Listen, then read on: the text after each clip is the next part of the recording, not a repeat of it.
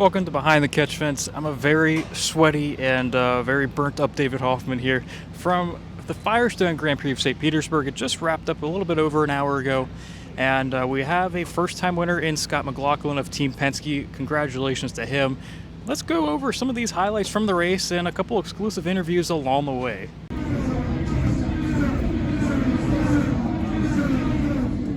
So obviously Scott McLaughlin started on pole, and on his outside was Will Power, his Team Penske teammate. And the first corner, Will Power just did not get going. He ended up dropping all the way back to 5th or 6th. McLaughlin led the race for a good bit. The caution came out with David Malukas on lap 25. Heartbreaking for him in his first race in the IndyCar series. And then it just kind of started to be like a little bit of a battle between the 3-stoppers and the 2-stoppers. When I look at my sheet here, the 3-stoppers who were really up there was McLaughlin, Alex Palou, Rinus VeeKay, and Will Power. Those were the top guys on this 3-stop strategies. But on the flip side of things, the 2-stop strategy was honestly between Colton Herta, Pato O'Ward, and Scott Dixon. They seemed to really have it figured out, but O'Ward ended up miring, outside the top 10, at the end of the day. And then towards the latter part of the race, a couple laps ago, it started to get really interesting. Jimmy Johnson, who was Alex Palou's teammate, Johnson did something that we haven't seen before. He kind of was trying to stay on the lead lap, is what we had heard, on the TV screen in the media center, but it seemed like he was trying to block, McLaughlin just a little bit, just to help his teammate Alex Palou maybe gain, which Palou was able to, and Palou wound up within 0.4 of a second, but then that race was on. And from there, Scott McLaughlin did some masterful driving, kind of reminiscent of his V8 supercar days. And McLaughlin wound up finishing it off, winning the race, his first career win in the IndyCar series.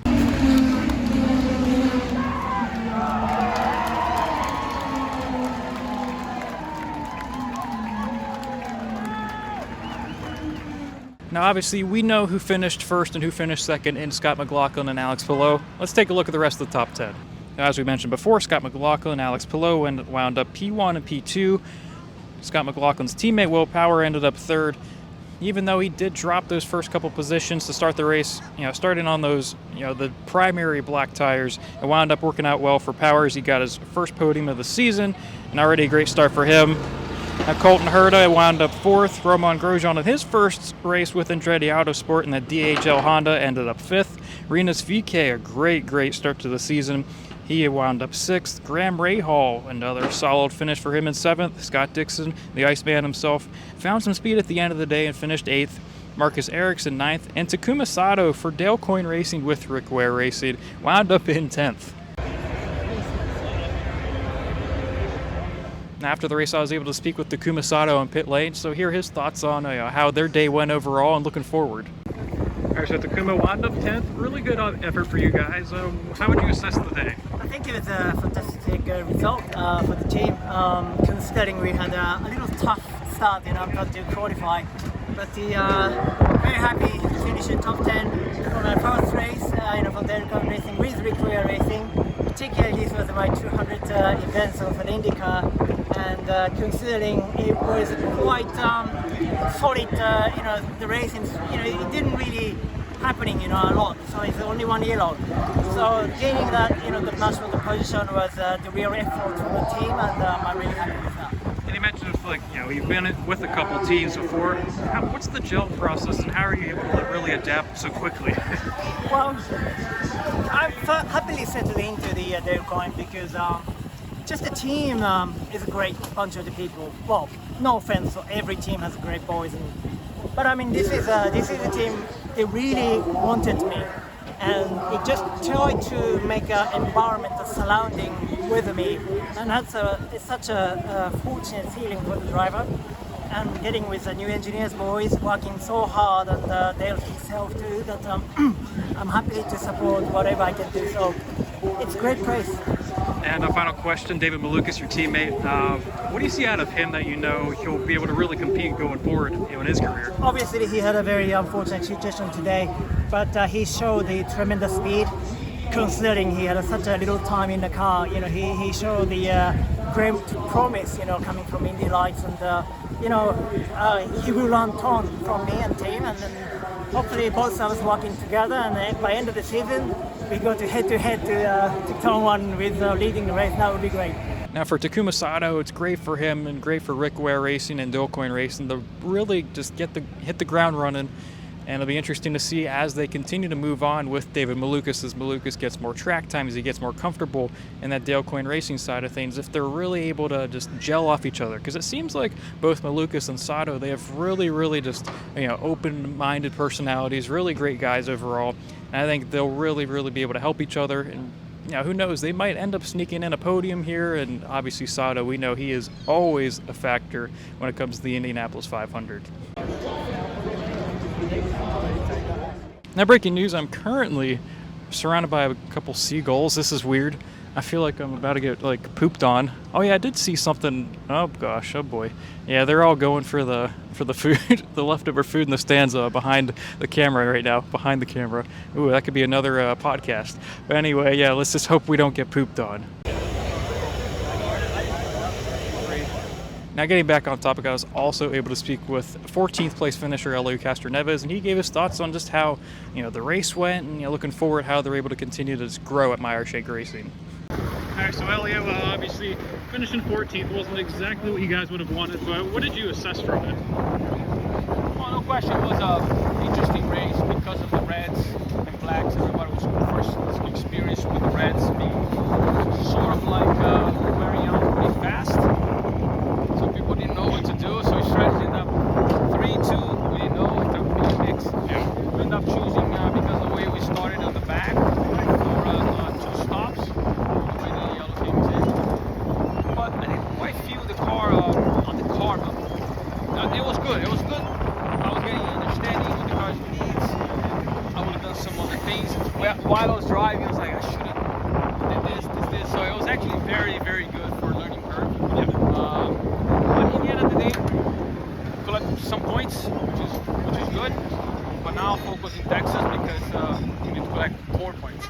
I know you mentioned on Friday just with the road and street courses, just really trying to, because I know last year it was kind of difficult with a variety of circumstances. How do you feel like you're able to assess and get those figured out today? Yeah, I didn't capitalize on the qualifying. That was a big problem because these days competition is so tight you can't pass. Yeah. So only the strategy, and so we gotta continue pushing to find a better way, and up to the next one.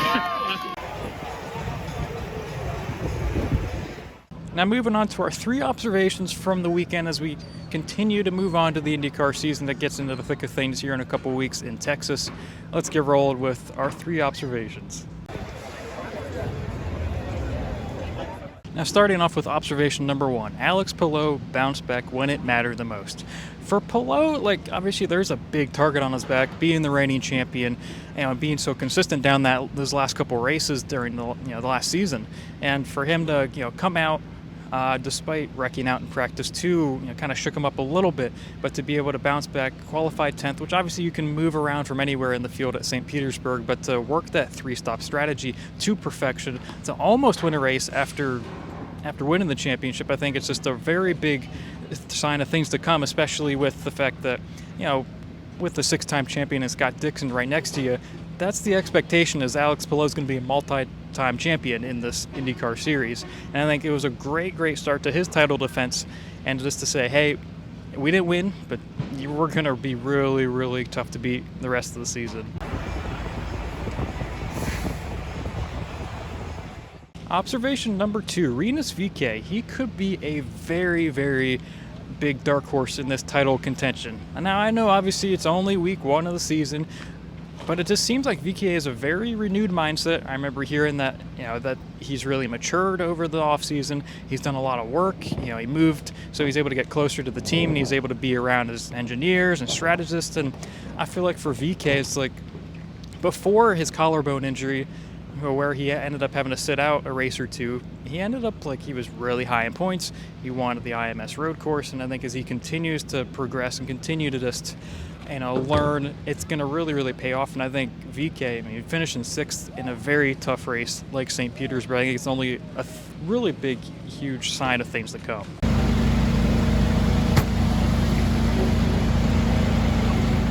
Now, our third and final observation, Roger Penske, boy, does he ever know how to scout out talent. It's absolutely unreal. I mean, when you look at Scott McLaughlin, nobody really knew what to expect from him, about 2 years ago when they said that he was going to come test in IndyCar, and then when they mentioned he was going to go full-time in the NCT IndyCar series. For Scott McLaughlin, it's like you're coming over from V8 supercars, where it's such a boxy, completely different type of car, completely different element, different tracks, everything else, and to be able to make that switch in an open-wheel car, and fairly quickly it just shows that Roger Penske, he knows what he's doing. He always knows. I mean, when he brought Joseph Newgarden in from Ed Carpenter Racing, instantly made him into a championship contender, won 2 championships, and that's probably going to continue to grow. And Scott McLaughlin, the dude is electric. He's only going to continue to figure things out, and the fact that even last time we were in Texas last year, his first ever podium was at Texas Motor Speedway, never driven on an oval. And I think it just is a testament to McLaughlin's work ethic, and also with Roger Penske's just incredible, just being able to figure out and bring in talent.